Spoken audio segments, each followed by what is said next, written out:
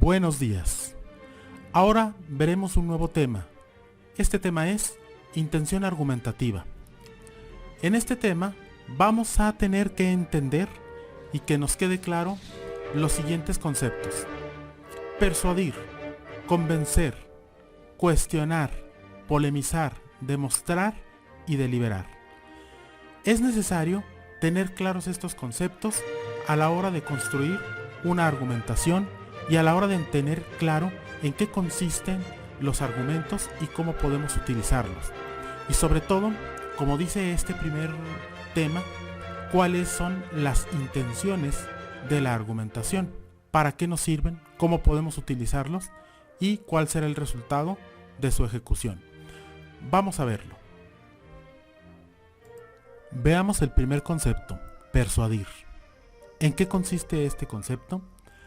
Bien, persuadir significa lograr que una persona haga lo que nosotros nos proponemos o tratar de que esa persona esté de acuerdo en hacer las cosas que nosotros necesitamos que haga.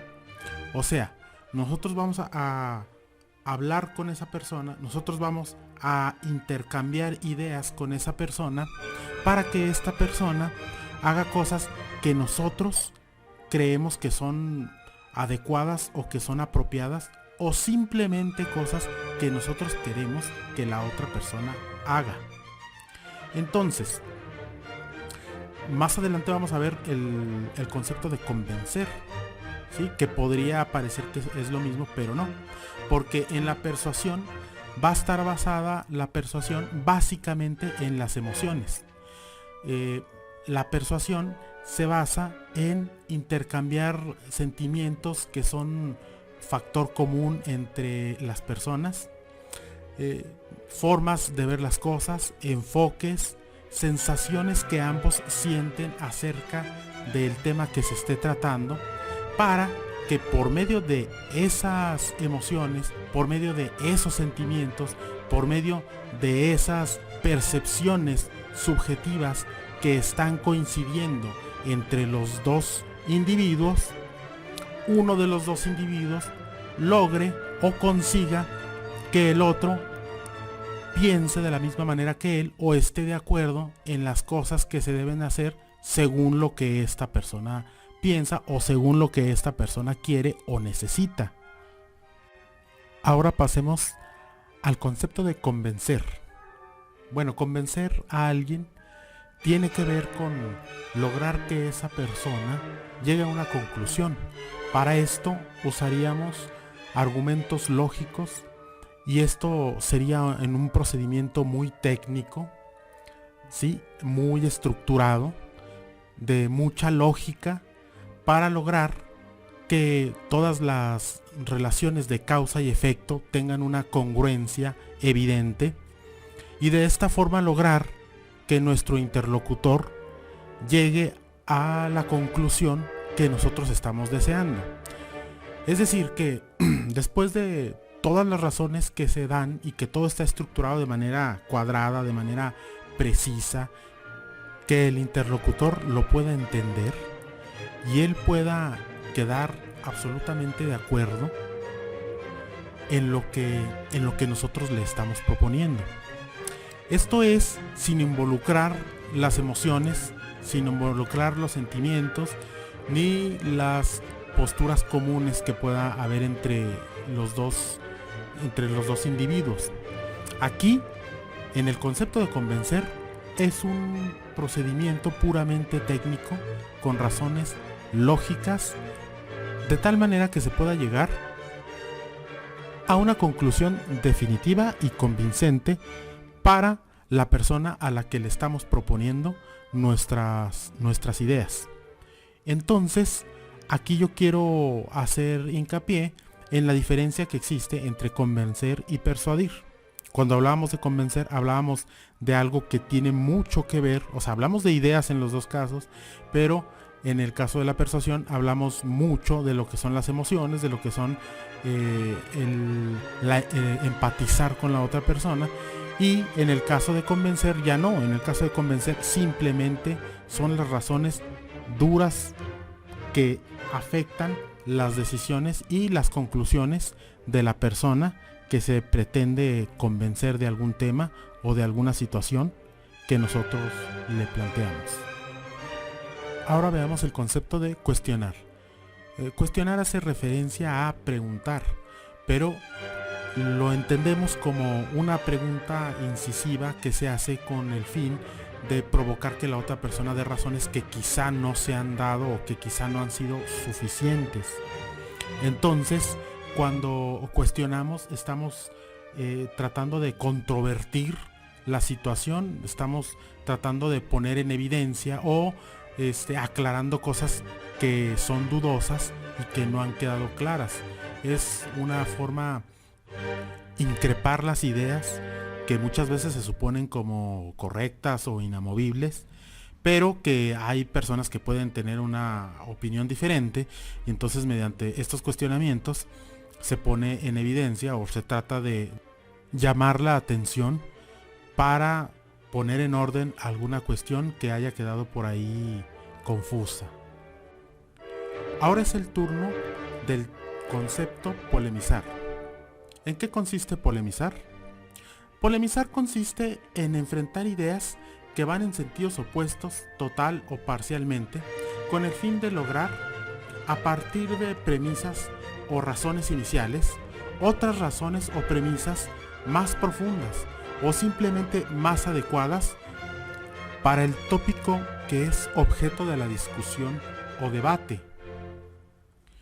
Polemizar ofrece el beneficio de proporcionar la materia prima para la construcción de mejores ideas, más eficientes y con mayor cobertura sobre el tema objeto del cual nace o se genera la polémica. Demostrar consiste en dejar al descubierto una verdad sobre la cual surge una inquietud inicial. Demostrar es echar mano de un procedimiento lógico, ya sea por medio de una serie de razones bien estructuradas que puedan presumir dejar fuera cualquier duda sobre el tema o la cuestión. Muchas veces este cúmulo de razones estructurado deriva en un procedimiento de acciones para dejar evidencia de la tesis que se pretende demostrar, de tal manera que el resultado sea lo más cercano a la verdad. El siguiente y último concepto es deliberar. Veamos en qué consiste deliberar. Deliberar es que después de haber analizado una serie de, por ejemplo, razones, una serie de argumentos, una serie de ideas previas, cabe analizarlas todas y ver cuál es de los diferentes grupos de ideas, los cuales unos defenderán una cosa y otros defenderán otra. Cabe al último llegar a una conclusión en la cual se llega a un resultado en el que se elige de los grupos de ideas o de las posturas que se tomaron la que se considera lo mejor o lo que se considera más cercano a la verdad. Es decir, que después de haber estado disertando sobre un tema o varios temas en donde se consideraron posturas a favor y en contra, o inclusive más de dos posturas al respecto, se llega al punto en el que se debe tomar una decisión en la cual esa decisión viene siendo la conclusión que proporciona finalmente el rumbo que habrá de tomarse. Es decir, la serie de ideas que habrán de considerarse como lo más cercano a lo correcto y que a partir de ahí se tomarán como una referencia cada vez que se haga alusión al tema que estuvo en discusión. Ahora pasemos a otro tema. Este tema consiste en identificar los tipos de argumentos. Y vamos a tener los siguientes tipos de argumentos que vamos a considerar. Los argumentos inductivos, los argumentos deductivos, los argumentos analógicos y los argumentos abductivos. Tenemos que tener la capacidad de identificarlos, de saber cuándo estamos frente a un argumento inductivo o cuándo estamos frente a un argumento deductivo, y también poder en algunos casos identificar cuáles son claramente las diferencias que existen entre unos y otros, sin ambigüedades y de la manera más clara posible, de tal manera que nosotros seamos capaces de construir un argumento, ya sea inductivo, deductivo, analógico o abductivo, basados en la información que adquirimos acerca de cómo es su naturaleza. Hay que poner mucha atención en este tema y escuchar con mucho detalle en qué consisten cada uno de los argumentos, porque puede llegar a ser un poco confuso en un momento dado distinguir un argumento de otro, sobre todo cuando los encontramos ya en un contexto de una lectura en el cual podemos fácilmente confundirnos y estar tomando un argumento por otro. Entonces hay que poner mucha atención en esta lección y seguro que vamos a poder identificarlos fácilmente. El argumento inductivo. El argumento inductivo es un argumento en el que hay una observación de una propiedad o de una característica bien definida de un número suficiente de elementos o de individuos de un grupo observable, en donde a través de la definición y precisión de esa característica de esos individuos se puede proceder a la generalización o conclusión o incluso inferencia de la propiedad observada, y entonces atribuye dicha característica a todos los miembros que tengan las mismas características del mismo colectivo en la misma clase. Es decir, dicho de otra forma, al analizar características específicas de una colección de elementos grande, se parte a la generalización total de todos los elementos que compartan las mismas características o que compartan la misma población que se está estudiando. En un argumento inductivo, la conclusión que se obtiene tendrá más posibilidades de ser verdadera si las premisas de las que se parte para ese argumento son verdaderas.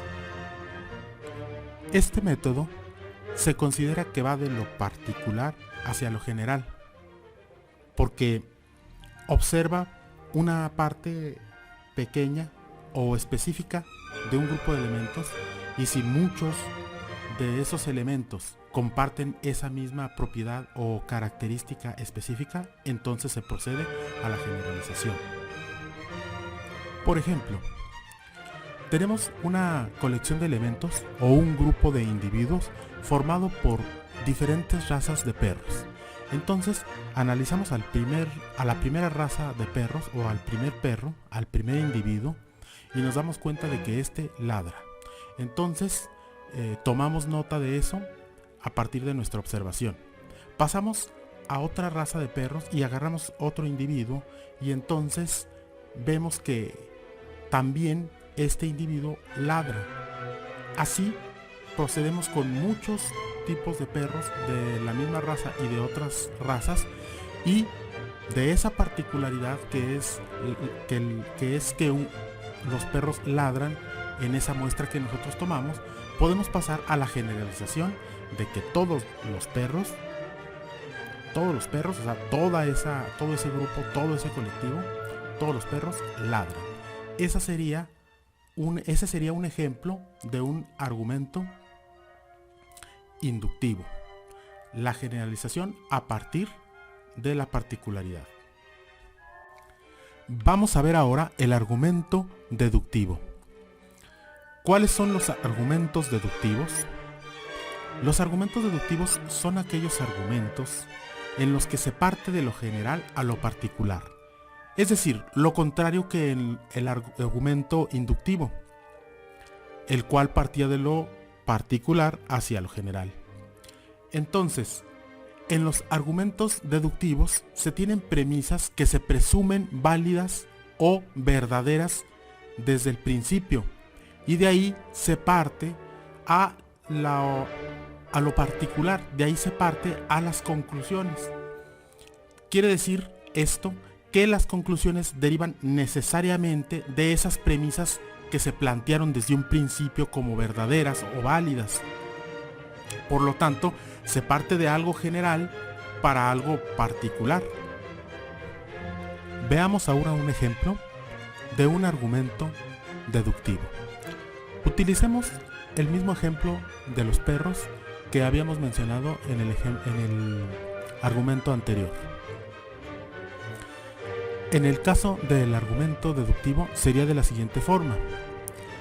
Partimos de la premisa que se presume como real o que se presume como válida o verdadera desde un principio, que es: todos los perros ladran. Por lo tanto, el perro que tenemos enfrente de nosotros, por lo tanto, un perro chihuahueño, al ser un perro, ladra, sin necesidad de que nosotros hayamos comprobado esa característica específica. Entonces ahí estamos yendo de lo general a lo particular. Lo general sería: todos los perros ladran. Lo particular es que el perro chihuahua o el husky o el pastor alemán ladran también, a partir de la premisa inicial. Ese sería un ejemplo de argumento deductivo. El argumento analógico. ¿Cuál es el argumento analógico? Este tipo de argumentos es cuando, a partir de las características que tienen dos o más objetos y que son similitudes que tienen entre sí, ya sea en sus características o en algún aspecto entre dos o más de esos objetos o de esos individuos, se puede pasar de ahí a la conclusión de que otros elementos que tienen esos mismos aspectos o esas mismas características que los anteriores, también se van a tener similitudes. Los objetos nuevos van a tener semejanzas en otras características, y esto derivado de que tuvieron semejanza en algunos aspectos en los que fueron analizados. Claro, esto siempre considerando que no puede abarcar la totalidad de los aspectos ni de las características.